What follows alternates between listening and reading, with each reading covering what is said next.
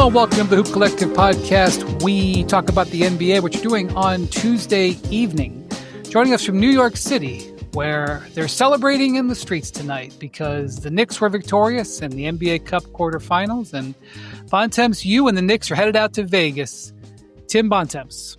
That's true. I am headed to Las Vegas in a couple days for the Cup semifinals. Tonight I was at Madison Square Garden, where the Knicks were not playing, though, to watch MacMahon a window discovery in person. AJ DeBansa, who had a very rough first half, like the BYU Cougars did. They were down 43-22 at halftime. And then AJ DeBansa had 22 points in the second half. And BYU came back and won the game at the buzzer, and he looked every bit the top 2 or 3 pick in the draft he's going to be. I was with Christian of Christian and Scooby. He That's was right. In Omaha tonight because he's performing at the University of Nebraska tomorrow. And he's a big Raptor fan. So rough night for Christian and the Raptors. He was keeping an eye on the situation. He was twisting in the wind to that game. Anyway, joining us from Oklahoma City, well, he'll be in attendance for Wednesday night's Thunder Suns game, is Bane MacMahon. Howdy, partners. You can't spell craps without raps, but they won't be there to roll the dice in Vegas. How you like that? That was awful. Yeah, that was as awful as the performance from the Raptors, as they've now, I believe, lost 6 of 7. Well, that's the thing. So this NBA Cup, some of the teams that were in it in these semifinals are not playing as well as when they clinched their their quarterfinal spot. Like the Heat lost tonight to the Magic. The Heat have now lost 4 in a row, and so they are out. And the Raptors were the number 1 seed in the East after dominating their group by, I think they had the number 1 differential. They might have had the number 1 differential. They wound up being the 2nd seed in the East because the Magic beat half the Sixers by 1,000 points in their second to last game. Well, anyway, the Raptors weren't playing well. They did cruise through the group stage, and they have since RJ Barrett got hurt. They have really struggled. And I was going to say, they have not been the same since former Knick and potential future Maverick RJ Barrett went down. It's true. No, they have not been. The Knicks, however, have won, I believe, 8 of 9 now. Jalen Brunson who's having a very strong season. Jalen Brunson had a terrific performance in this one. He had 20 points in the first quarter, I think. And 26 in the first half. 26 in the first half, 35 for the game on 13 of 19 shooting, 6 of 9 from 3. That's tough to overcome. The Knicks are, I think, top 3 in offense now. Certainly during this stretch, this 9-game stretch, I think they're definitely top 3. And while they were a very good offense under Tom Thibodeau, their scoring is up. Their pace, which is something that Mike Brown wanted to install, their pace is about the same as it was last year. But their scoring is up. Josh Hart is, after dealing with some injuries early in the season, he is rounding into form. His shot looked great tonight. He hit 4 threes. OG Anunoby coming game off for the roommate show. Yeah, OG Anunoby also coming off the injury, had a good performance in his old stomping grounds in Toronto. And Mikal Bridges, he's having a very good year, guys, and a plus 19 in this one. So I got to say, Bontemps, you go to a lot of Knicks games. We haven't talked about the Knicks a lot. They haven't been very good on the road. They win this one to improve to just 4-6. But 8 out of 9. That's something to pay attention to, and they go to Vegas with some good momentum now. Yeah, I'm going to give Nate Duncan credit for saying something that I hadn't really thought of until he said it on his pod today, which is that you look up and down the East, and there was a couple weeks ago we talked about how well Atlanta was playing, and they came home and lost a bunch of games. The Celtics were losing early in the year. Now they've ripped off a bunch of wins in a row. We talked the other day about how they're playing great right now. A week and a half ago, we were talking about how great the Raptors were playing. Now they've lost 6 out of 7. They've gone the other way. And I was just looking at the standings, and from Boston in 3rd to the Hawks currently in 9th, the standings are separated by a game and a half. And I think through a lot of the season, and I think you could maybe see Detroit falling into that mix too. They've been kind of 500 since their great streak. But the Knicks at least are built with their team the way they are, with Jalen Brunson being out there, and even though Karl Towns didn't play in this game, if they can keep that starting five healthy and get on a roll, Didn't play in which game? Knicks. Karl Towns did play. He didn't play great, but he had 16 rebounds. Well, right. I mean, he's been dealing with. He missed the last game. He's been dealing with injuries, and he's been in and out of the lineup lately, is what I meant. I misspoke. But the Knicks have a chance to run away and hide at the top of the conference, I think, if they can string some wins together, because they have, at least when their guys are available, they've got a pretty consistent theory of who they're going to be, and led by Jalen Brunson and led by this offense, which, like you said, with these guys going, with Karl Towns especially playing all the time at center, or just about all the time at center now, like, their offense is going to be really good, and they're going to hit a lot of shots, and they're going to score a lot of points. And they, like you said, they are 13-1 at home. They've totally cleaned up at home. They should be better on the road than they've been. And I think because of how topsy-turvy the rest of the conference is, like, it's a good time for the Knicks to get hot. And if they can run away and hide at the top, especially given they don't have a ton of depth, that could make a real difference for them down the second half of the year if they can, be able to prepare for the playoffs and get some cushion on everybody. Well, and you got to figure Towns is going to get going at some point. And, he kind of had like the weird comments about his fit in this offense that, theoretically should really benefit him. But he hadn't looked real comfortable in it. He's shooting a career low from the floor and the lowest 3-point percentage that he's had since his rookie year. But it's not like, he's Spixbamo, greatest self-proclaimed greatest shooting big man of all time. Like, it's not like he forgot how to shoot the ball.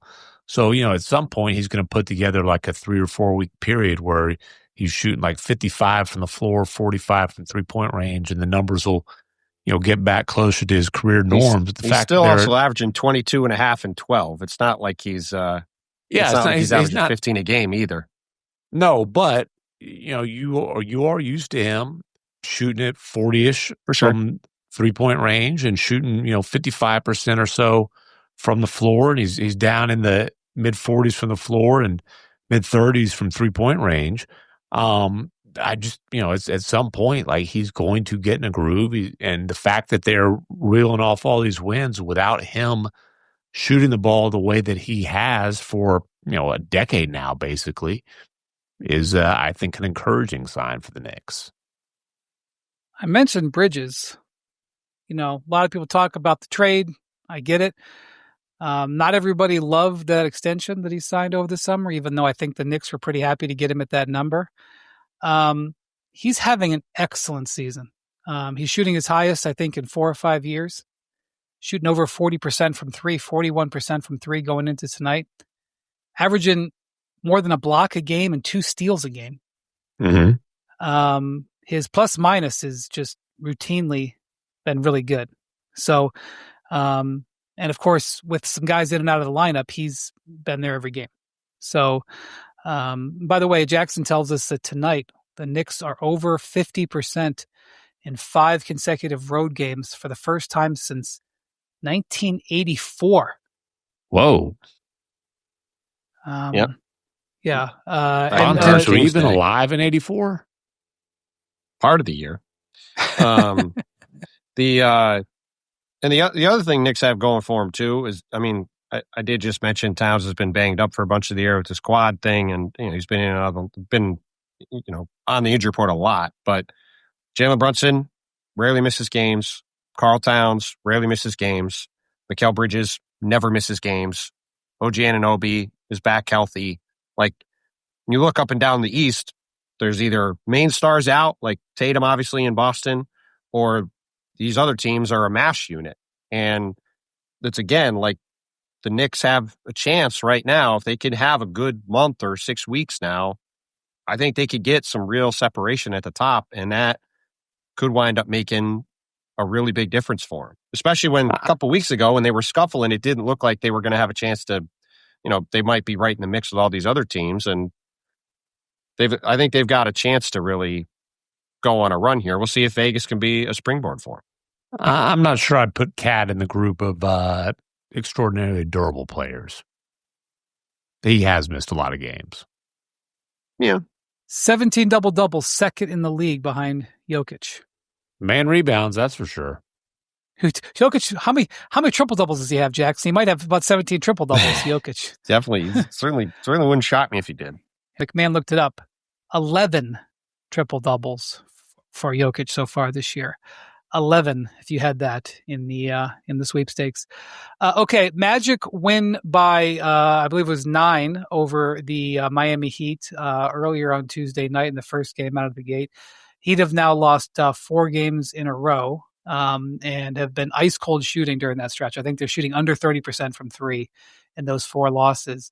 But the Magic, MacMahon, your old guy with the Grizzlies, Desmond Bane, who we talked a little bit ago about the price that the Knicks paid for Mikal Bridges and aren't apologizing for it. I'll tell you what, even though his overall numbers are down, the Magic are feeling better about the price they paid in the offseason for Desmond Bane, who had his third 37-point game just the last 2 weeks, had a big start to the fourth quarter in this one, which got Orlando some separation that they needed. They're obviously without Franz Wagner. He has a high ankle sprain. He's going to miss, multiple weeks here. But Paolo Banchero is back. He's not playing his normal self, but he put up a decent game tonight. And they hit some threes. And when the Magic, they're not the greatest 3-point shooting team, but when Des Bane goes 6 and 9, you're the math moves to their side, especially on a night, like I said, where Miami struggled from 3. Well, and they needed a big Bane performance because, like I said, Franz Wagner's out. And the good news is it's a high ankle sprain and not something significantly worse. It's an injury that is, a weeks-long recovery and not a season-ending type of thing like it was feared it might be just the way that he went down. But then Banchero is playing his way back into a rhythm. He's still on a minutes restriction. Banchero's also, honestly, he's at the point of his career where he's got to prove that his numbers impact winning. But with Banchero not fully back yet, with Franz out, they needed Bane to have a big-time performance, and he certainly came through for him. And, again, I don't think anybody in Orlando was panicked that he got off to a slow shooting start because you're much better believing years worth of a sample than, a few weeks. Desmond Bane's going to be able to shoot the ball. He's going to be one of the best volume 3-point shooters in the league. And, certainly tonight was a case of the numbers evening out for him a little bit. And that's certainly true. I thought the thing that was interesting from this game was on the Miami side, the Heat opened this game up with a 15-0 run. They're up 18-2.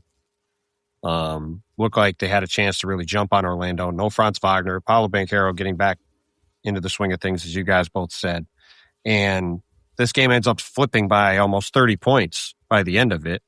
And I'm looking up the exact quote that I saw before, but Norman Powell after the game was talking about the fact that people have started to figure out their offense. He said, quote, "We're all on everybody's scouting report and how we play, the pace trying to slow us down. We have to do our jobs better to make it easier for everybody else." I would say this is a little bit of a repeat of what happened last year in Memphis after they got off to a very hot start on offense, running some different stuff than what people were used to. And then as the year went on, people started to scout it and game plan for it and figure it out a little bit. And it went back the other way some. So obviously they're getting Tyler Hero back in the mix. He's been in and out of the lineup with injuries. Nor's been out of the lineup with injuries.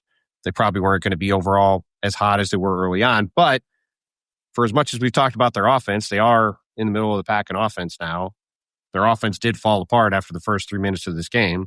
And moving forward, it is going to be interesting to see if this is a flash in the pan and they correct some things and they get back to humming along, or has this really been a real legitimate bump in the road and people have started to figure some things out, and we'll see. But I'm curious about that. And frankly, the Knicks, the past couple of years I know they beat Orlando the other day, but they have typically been very bad against Orlando the past couple of years. So I am curious to see how the Magic, even without Franz, match up with them in this first Cup semifinal on Saturday afternoon.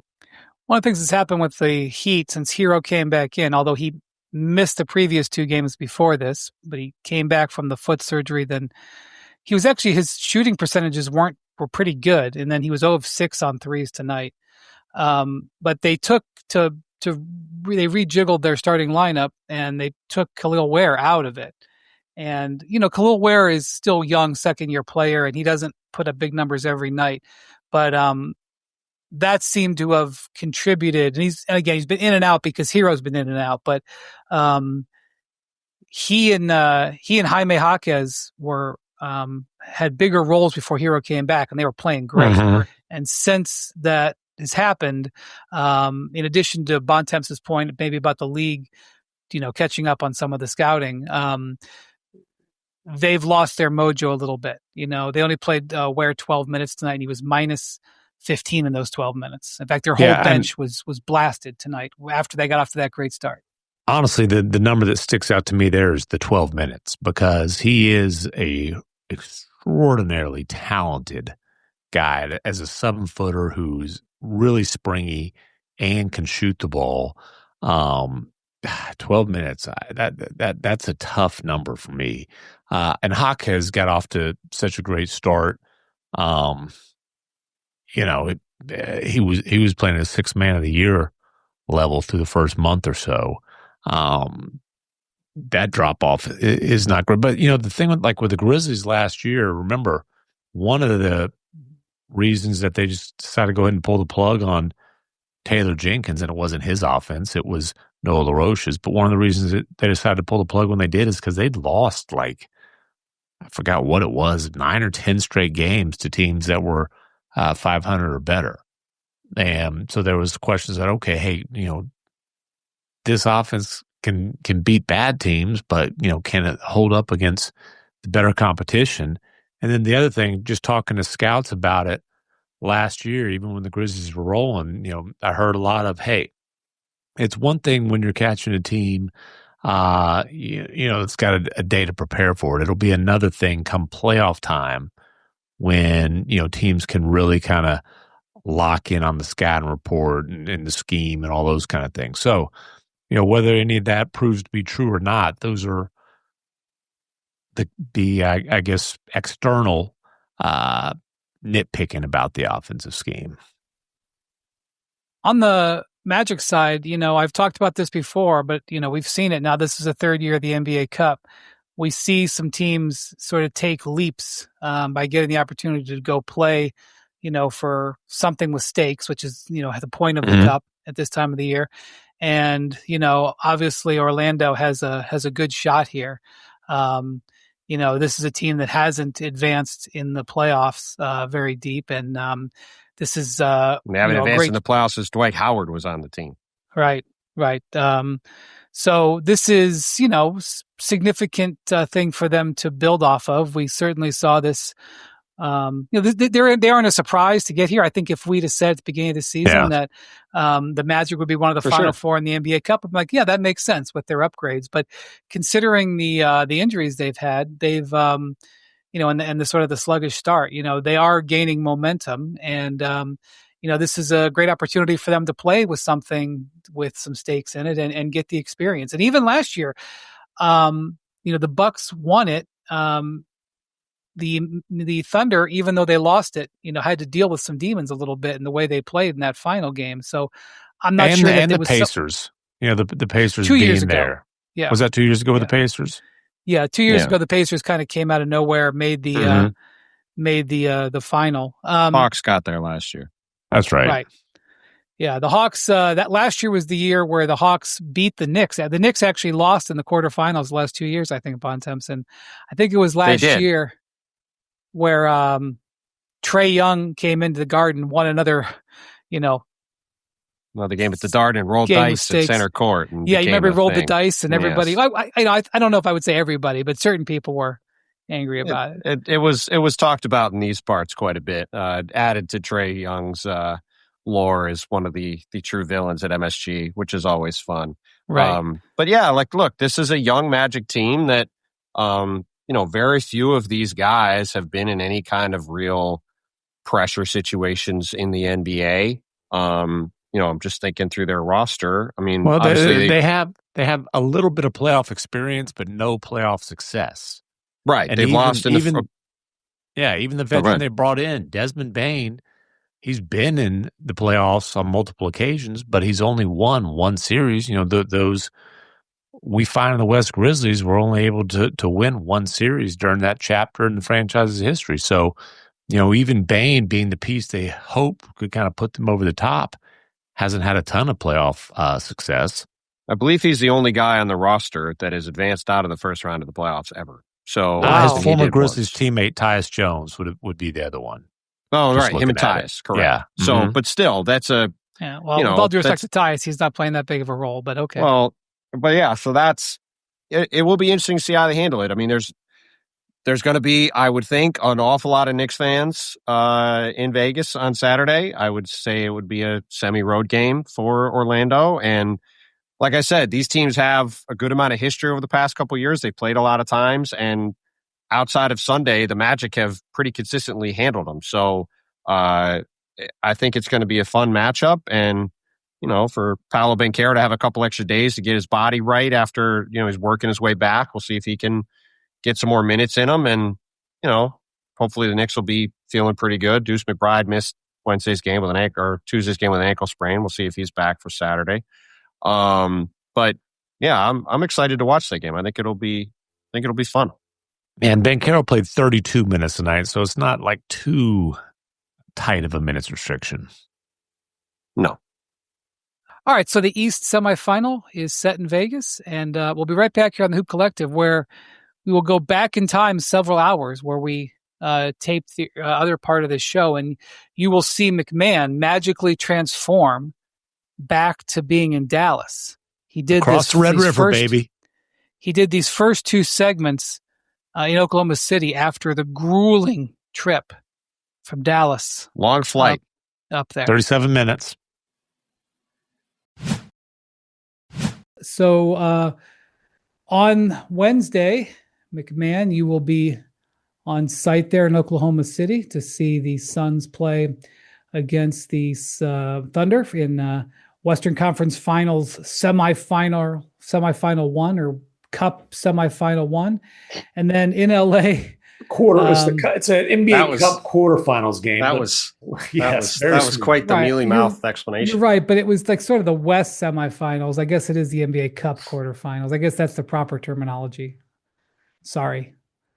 Spurs at Lakers in game 2. It doesn't sound like great news, MacMahon, for the Suns being able to get Devin Booker back for this game. They've obviously been playing well without him. I think the line right now, as we're recording this, is Thunder by 15.5, which is less than their average point differential. Okay, so that's a compliment to the Suns, Seriously. Right? Seriously, you're basically saying, hey, the Suns are an above average team, especially on the road. That's a compliment. I mean, the Thunder are almost impossible to beat. Think about it. Their one loss this season, they were up 22 on the second night of a back-to-back with several core guys sitting, and Portland was able to rally and beat them by a bucket.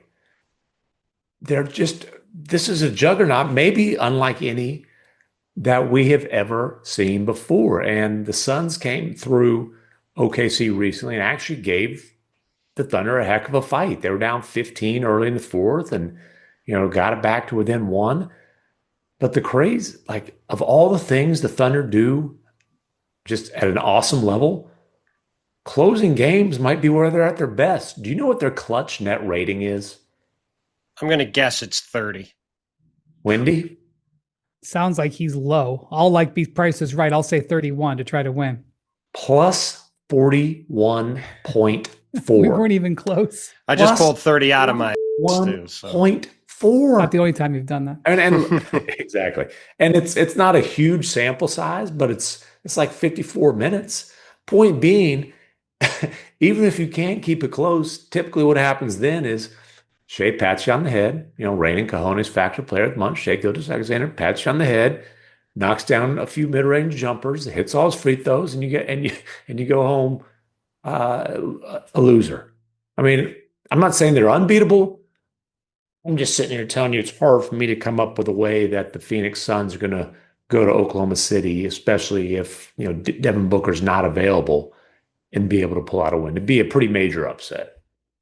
Well, I keep when the topic of how dominant the Thunder are come up, I keep really bringing out the last 2 seasons. So I just want to say that they started last season 11-4, which was awesome. Isaiah Hartenstein was out, and I feel like one of their other rotation players were out for the first 15 games. Since that time, since they started last season 11-4, which that drags down their numbers. Yeah. But since starting last season at 11-4, they are 80-12, I believe, or 80-13. They are something like 45-3 at home. And this is regular season. They obviously lost some home games in the playoffs. They had 2 7-game series. We remember Tyrese Halliburton hitting that shot right at the end of game 1. They lost game 1 of the finals last year at home. But there's something like, since that 11-4 start, there's something like 45-3 at home in the regular season. Although, is this count the regular season, or is this doesn't count the regular season? This counts. Right? counts for the regular season. We're in the third year of the cup. Yes, they count until the final. It's like a snake draft. You'll just never get it. I respect the cup. I don't mean be flippant. They're also. I just thought of the math while you were talking. It's 80-11 since that 11-4 start, which is an awfully good winning percentage. It's pretty good. It's incredible. So that's a 88% winning percentage over from 15 games on last year onward. And so an 88 winning percentage over 82 games is 72. So I would say that they're already, like, people are like, can they win 70? I'm like, guys, they've been playing at a 72 win pace now. Of course they can win 70. The question isn't can they win 70. The question is, will they win 70, and will they win 74? I think at this point, that's honestly the real question that we should be having is, can they stake a claim to be the best team we've ever seen, potentially? Because if they go 74-8 or 75-7 and they win the title, which obviously the Warriors did not do the latter part, like, they're going to have an argument to be the best team ever, which is why I hope that they fully embrace this and go after it as the season goes on. Because, like, yes, I understand that the main thing is the main thing and you want to lift the trophy at the end, but there are very few teams in the history of any sport that have the ability to credibly say they're the best team ever. And this team, through 24 games, is on pace to have that kind of argument. And so I hope they embrace it and chase it. You know what's terrifying? They're 23-1, and they've lost the second most player games to injury of any team in the league. It's insane. Now, some of that's Nikola Topic and Thomas Sorber. Obviously, they're rookies, but you know what some of it is? Jalen Williams, who missed the first 17 games of the season. Actually, for first 19. And by the way, 19, right. Is basically having to relearn how to shoot a basketball while regaining. He doesn't have full range of motion in that wrist. There's muscle atrophy. Like, he's not near himself yet, and they just keep rolling along. Isaiah Hartenstein's been out. Caruso's missed a bunch of games. Chet's missed some games. Like, Lou Dort's missed a bunch of games. Like, their key guys are missing games. The other night, Shea sat for the first time all season. They listed with an elbow. I think it was just one of those, like, let's just take it easy type of things. It was interesting. It was against the Jazz. It was strategic. I mean, it was against the Jazz. But how many players do you think they beat the Jazz by 1,000? How many? The game was in Utah. How many players do we think that the Thunder would have had to have sat to lose to the Jazz? How many how far down the list would they go? By the way, 10. Lauri Markkanen was out for that game with illness, and for all I know, he was puking his guts out. I don't have any interest in that, any insight into that. But it was interesting that shortly after Shea was announced as doubtful, I think all of a sudden, Markkanen popped up. The reason we're saying this is because the Thunder get the Jazz's pick if it's outside the top 8. So there's just sort of this little interplay between the Jazz and Thunder. I don't think it would have mattered. The Thunder were winning that game, but I'm just wondering how far down are we going? I don't know. Brandon Carlson comes in there and lights it up. I'm telling you, they've got like the Thunder just like Sam Presti just finds quality rotation players in his pockets. Like, sometimes you put on a pair of jeans and there's a $20 bill in there. You're like, oh, sweet. That's what they do with rotation players in Oklahoma City. I remember probably 5 or 6, I don't know, a number of years ago, Nick Saban, Alabama, he was in its prime. And I think Alabama lost a linebacker. And he was I don't remember who it was, but it was like a 5-star recruit linebacker who was preseason All-American. And if you're an Alabama fan, maybe you can correct me on the exact details of this. But, Saban was sort of defiant talking about it. He was like, you guys just assume that when we lose a player, we just bleep out another one. They just always assume that we just got another player. Yeah, they do. The guy that they put in made All-American. So it was and that's probably what it feels like to play against the Thunder right now for some of these teams. I'd say it definitely does. I mean, as MacMahon said, they're favored by 15.5, and it's less than their net rating. I mean, it's just staggering. But we should not totally overlook the Suns. They're in a tough spot without Booker. He's averaging 25 a game as their leading scorer. Obviously, they have only had Jalen Green for 30 minutes all season, and he won't play in this game. I do think that, there's a couple of success stories on the Suns that we should talk about. One, obviously, we've talked about Colin Gillespie, who has been a terrific find for them as a point guard. Been awesome. But let's acknowledge that Mark Williams, the guy who was cast aside I shouldn't say, let me take that back. I don't want to say cast aside. They voided the trade because of physical reasons, which, I think cast aside is fair. I mean, he was cast aside by the Lakers, and then he was cast aside by the Hornets. Yes, the Hornets got a couple of first-round picks in the trade, the 29th pick, Liam McNeely, and then a future first for it. But the Hornets opted out of paying Mark Williams, and the Lakers opted out of having Mark Williams and then eventually paying Mark Williams. And the Suns chased him down, and we'll see if Mark Williams can stay healthy. I think it's a fair question to wonder if he can stay on the court. He's a lot like Robert Williams in that if they are healthy, they are very effective players. But look, he's 25 minutes a game. He's averaging 13 and 8, and he's giving them good production. He's shooting 66% from the field. Yeah. He's a really big lob threat in the paint, and he's, again, if it's only a matter of health with him. If he can stay on the court, he'll be a useful piece. And also, we've talked about him some, but Dylan Brooks has come in and given them good minutes. Minutes. He's averaging 22 and setting a tone in terms of toughness. Yes. I mean, I think he's still pretty inefficient, but to me, it's what you talked about, I think, on the last pod, where whatever you want to say about Dylan Brooks and his antics at times, he has gone to 3 different teams and has helped change the culture of each of those teams and instilled it with an edge that has been really beneficial. And sometimes the edge can go too far the other way. Certainly that was the case in Memphis. I don't think it was the case in Houston, and we'll see if it's the case in Phoenix. But he deserves a lot of credit for the way this is going. And Jordan Ott deserves a ton of credit because, yes, there's certain pieces that aren't there from last year, and the mix around the team is better. But this is a first-time head coach who has walked in and not had a full roster all the time and has done, I think, a great job across the board. You mentioned how Mark Williams is getting a lot of dunks. I got the number. Oh, let's hear it. In 20 games. By the way, how do you shoot 66%? Dunk a lot. 30% of his shots. Probably the best way. 30% of his shots have been dunks. He has 45 dunks in 20 games. Even I know that's 2.5 a game.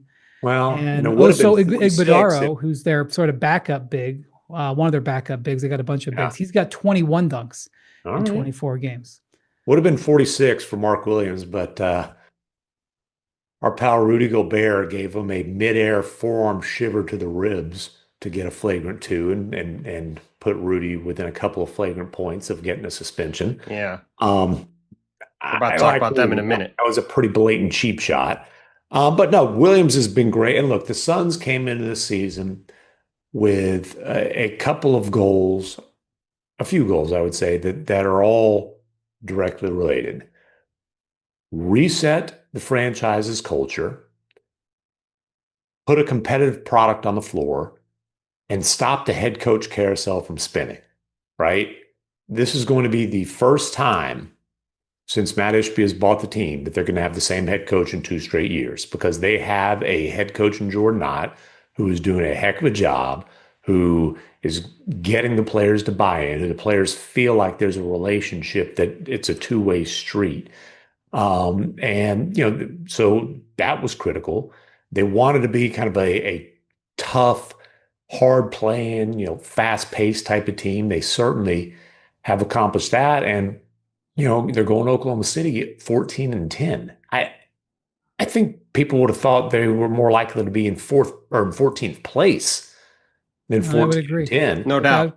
So it's been a very successful early season for the Phoenix Suns. And like, they've got to keep finding guys like Colin Gillespie and making trades for people like Mark Williams. My biggest criticism, frankly, of the Suns since the end of last season, they should have pounced on the deal from the New Orleans Pelicans. The Pelicans were calling every team about Derek Queen trying to move up. Yeah. For the Suns to be able to get another star, that's the kind of trade that they probably have to make. But again, all their goals entering the season, the Suns are well on their way to accomplishing. Yeah, well, not everybody got offered the deal that the Hawks ended up pulling off. There's probably a 30 for 30 there on that trade, potentially, depending on how it goes. But Derek Queen, I should point out, had his first career triple-double on Monday. Derek Queen's a heck of a player. It's still a terrible trade. All right, in the late game on Wednesday, we got the Spurs going to the Lakers in the Cup quarterfinals. There you go. We were hoping that Victor Wembanyama would be able to play for this game, and it hasn't. As of right now, we're recording this, we don't have a firm answer on that, but he did not practice with the Spurs on Tuesday, which is not a good sign, especially when you've been out for a couple of weeks. So maybe that's not going to happen. The Spurs have gotten healthier though, with Stephon Castle is back, and they've done really well without Victor. I believe they're 7-3. 8-3. 8-3. I believe they're 8-4 with him, 8-3 without him. So hey, take your time, big fella. Who needs Victor Wembanyama? Well, they probably need him against the Lakers in LA. I should point out, there's been a lot of attention played to some other rookies.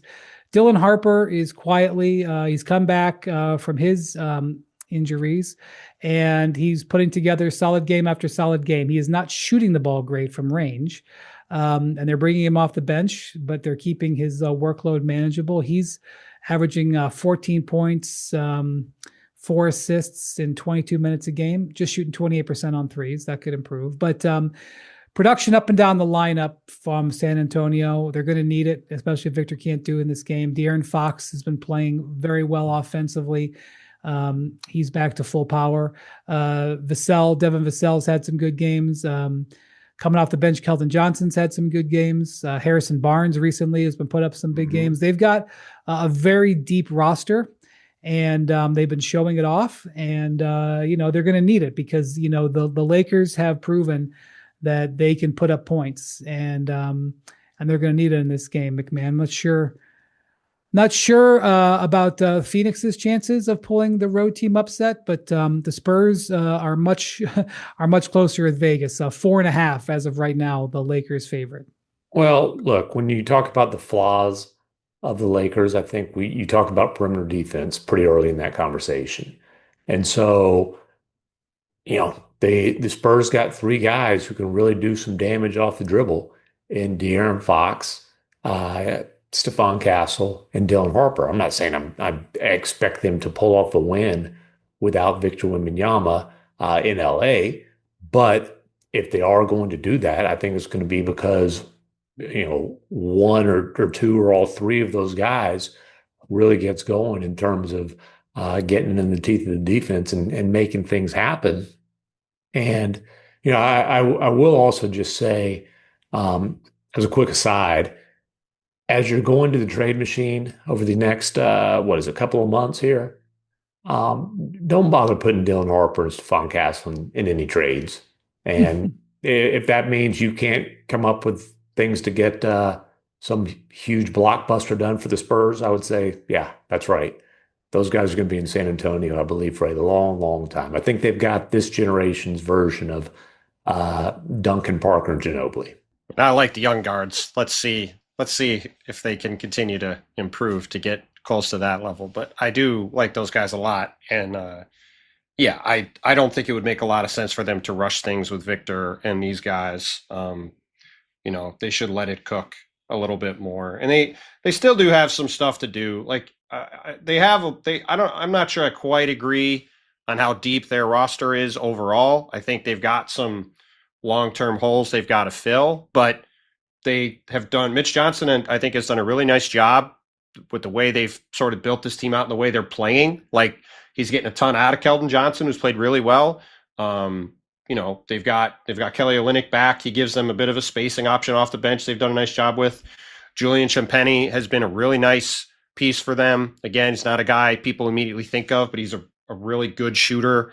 Long wing, can stay in the way on defense, like another guy that's a useful piece. Like they're filling in the roster around their big time guys the way they need to. Probably need another piece or two before they're truly where they want to be. But again, like, Victor has barely played the last 3 weeks, and they're 16-7 on their way into this game against the Lakers with a chance to go to Vegas. And certainly, I think they're definitely ahead of schedule and playing really well. And I'll also be curious to see, like, we saw them go in this game against New Orleans. He shot 17 for 36 from three. I think that's going to be the swing thing in this game. The Lakers do not shoot a ton of threes typically. I think if the Spurs have a hot shooting night, I think that could be the thing that swings this one way or the other. Even though the Lakers do score, they don't necessarily score in that way. Well, and just to be clear, the win over the Pelicans when Derek Queen had a 30-some-odd point triple-double was not the Spurs' most impressive work. No. Hey, First half was MacMahon, impressive, and then the third quarter was a disaster. MacMahon, Luka Doncic is leading the NBA in usage rate. What else is new?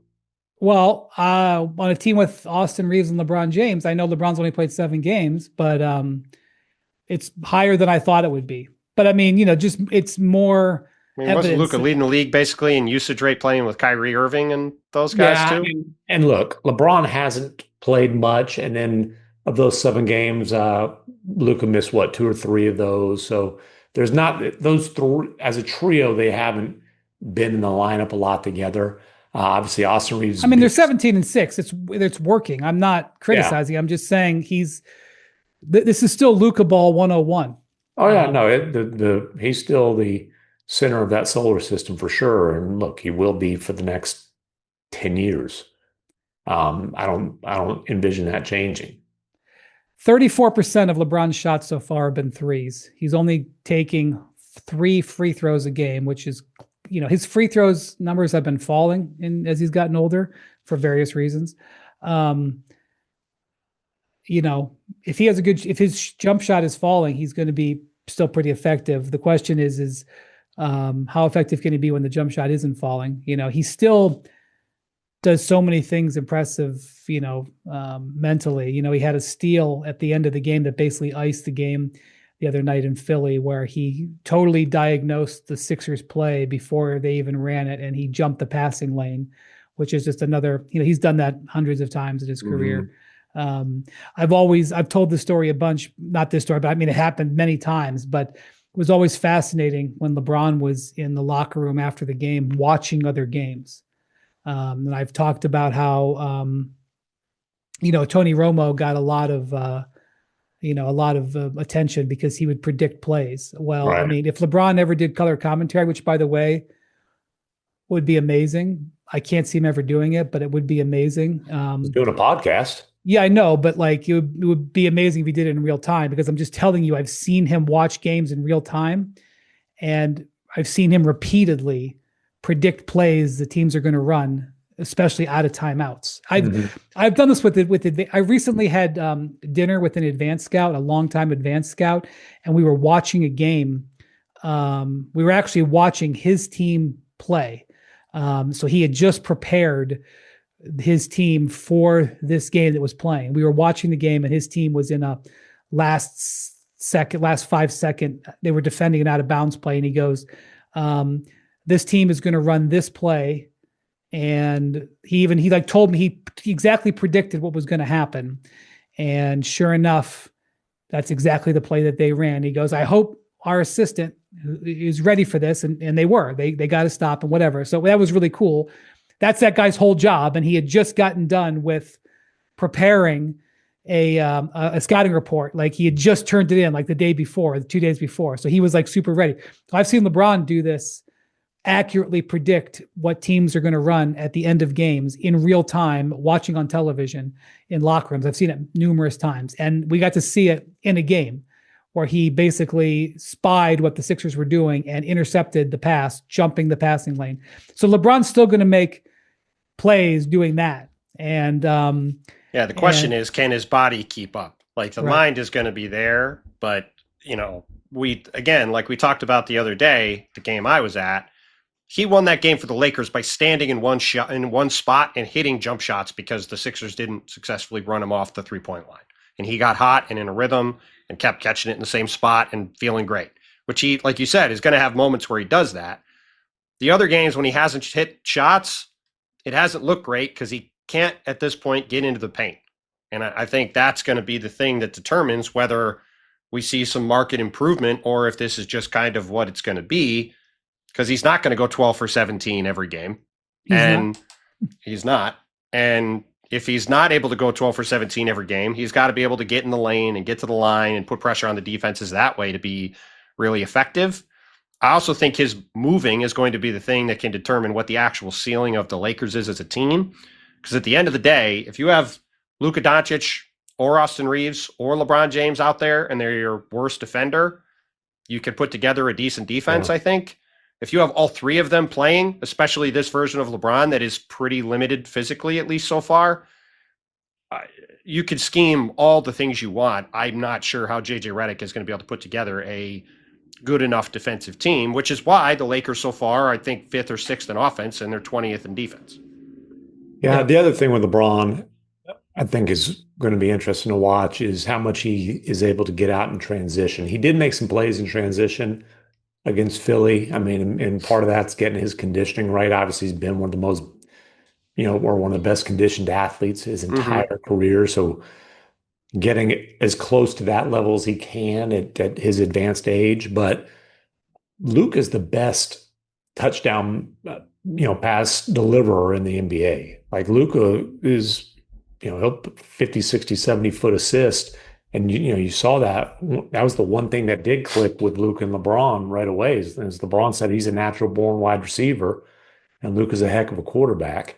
They've got to get LeBron back into that mode where he's able to get the easy buckets in transition. I don't know if that's fair to ask a 40-year-old. Well, we'll see if the Lakers can get back and try to get to Vegas for the second time in 3 years in the Cup. So, they're probably going to have a tough whistle because I'm not sure if the league wants to see that. All right. On our last podcast, we had some discussion about the NBA schedule and some of the comments that head coaches and other players had about the difficulty of the intensity of the schedule for the first 25 or so games of the season. And the league office wanted to... What? Oh, you guys got your wrist slapped a little bit, did you? I will just say that the league office wanted to provide some context about how this season's schedule, by the numbers, is comparable to recent seasons. So this is at the start of the week. There's almost been no games. There was 3 games on Monday. There's 2 games on Tuesday night. So it doesn't really make a difference. But as of Monday morning. As of Monday morning. The NBA through Monday morning had played 308 games. And last year, by the same point, they were 307. And if you wanted to go to the NBA Cup schedule, with the last time that was the case was in 22-23, was 308. So basically flat. Dating to 2021, it was 313, but that was still COVID affected. So but certainly the last 3 years, or certainly comparable. So yes, I asked about 5 and 7s because there have been some teams that have felt fatigued by 5 and 7s. I know there's a couple of teams, I believe, who have had 2 different stretches of 5 and 7s. For the full season, the number of 5 and 7s are down per team from 1.93 per team last year to 1.67. And so far, the teams are averaging 0.57. So less. So basically, every other team has basically had a 5 and 7, 0.57 per team so far. And last year, it's flat with before the NBA Cup, which was 0.57 in 2022. So the league's point is that statistically, there is no more games played to this point, either compared to last year or compared to pre-NBA Cup schedule. That is the league's statistics they have provided for context. Well, and I will say, would you like to comment, sir? Because you were awfully aggressive the other day. Yeah, I mean, listen, the numbers are what they are, and I was going to say, obviously the numbers do not reflect the intuition of people in the league. And I was going to say, the funny thing about this is the night before we did the pod, I was watching the Sacramento Kings smack the Heat and the Washington Wizards smack the Hawks in the second night of a back-to-back. And what a night that was. Well, there was just I had the quad box on, sitting here on my couch, and he the was other searching game I had for on, his social media video. Well, and I had I had Cavs Corner losing to the Pat Spencer show all at the same time, all on the second night of a back-to-back. And so I texted our guy Stats Williams, and I said, "Man, it feels like these teams on second night of back-to-backs are just getting run all the time." And I was thinking there was a correlation with how fast the game's being played this year and the teams being worn out.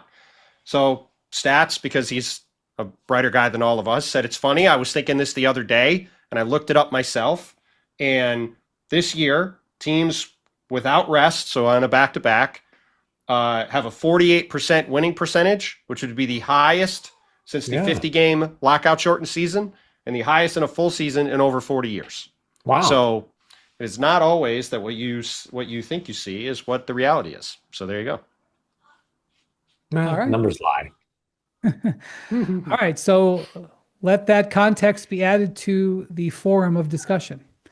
All right. Meanwhile, we'll see if coaches still keep talking about it, because down the line, they are all talking about it. Well, you know what, though? Like, if a coach really feels like the schedule is unfair, maybe they can just do like Notre Dame football and say, we're taking our ball and going home. We don't think this is fair. We're not going to play. Well, look, at the end of the day, every team plays the same number of games in the same stretch of days from October through April.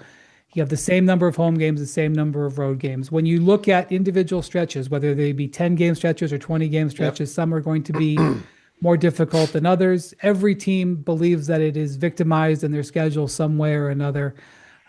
Generally, all evens out, because it does all even out, because it's all the same in the end. Now you can't say that anymore, because you say when the schedule comes out, well, 41 at home, 41 on the road, and now a number of it's been a topic of conversation in the league. The league is basically saying the numbers don't lie, humans lie, the numbers don't lie. All right, thank you very much to Jackson for putting this together. Thank you for MacMahon and Bontemps bending their travel schedules to make this work. And we'll talk to you later this week. I'll be somewhere else. Adios, amigos.